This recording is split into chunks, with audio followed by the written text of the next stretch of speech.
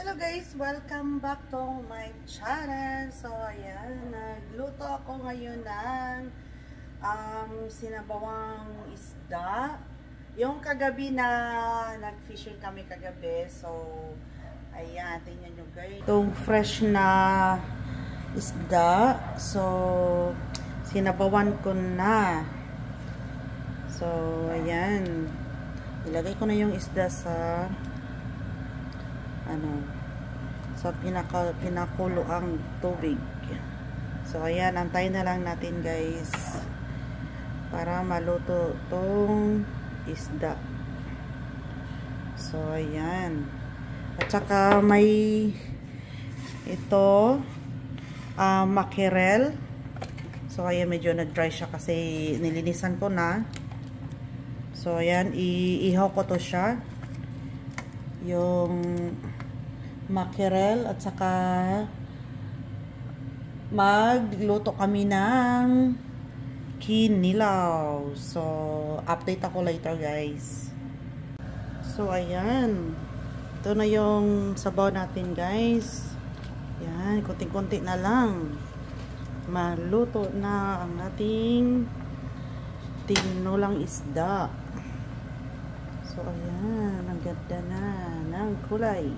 At saka maglalagay ako ng spinach. So ayan, may baby spinach ako dito. Ito lang yung nakita ko sa ref. So ayan, lagyan natin ng spinach. So ayan, patayin ko na yung apoy. So ayan, saglit lang to guys, maluluto na siya. Saka tikman natin yung ating sinabaw isda.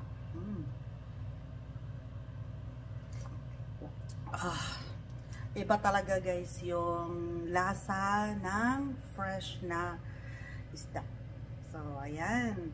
So next, magluluto na naman tayo ng inihaw na isda. So ihawin muna natin yung isda guys. Okay. So ito na guys yung ating fresh na fish. So ayan, i-grill na natin guys. Iihaw na natin siya. So ayan. Yan lang yung ihawan ko guys. Electric na ihawan. So ayan.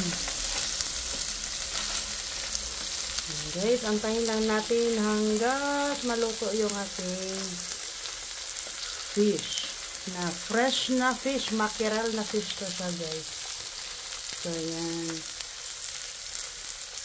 Yan guys, baliktad ko na yung ating grilled fish. So ayan. Malapit na siyang maluto guys. At ang bango-bango na siya. Ayan. So ayan guys, luto na ang ating inihaw na isda. So ayan. Guys, ito na yung i-mix na natin lahat yung tawag na kinilaw. So ayan, timplahan na natin guys yung fresh na fish.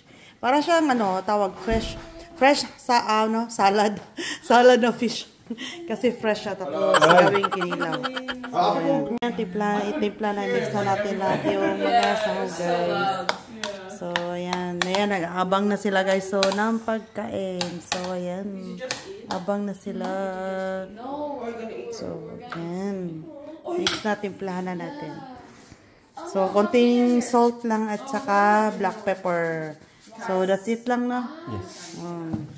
And finalize na yung kinilaw natin guys. So ayan na guys yung mga niluto ko na fresh na isda. So ito na yung kinilaw at saka inihaw na isda, mackerel to guys. Saka yung kinilaw namin guys, yung yellowtail na isda. At saka yung tinula, ang pinaka the best na Bisayang tinula. Simpleng-simpleng luto lang. So ayan, with sausawan. At saka rice.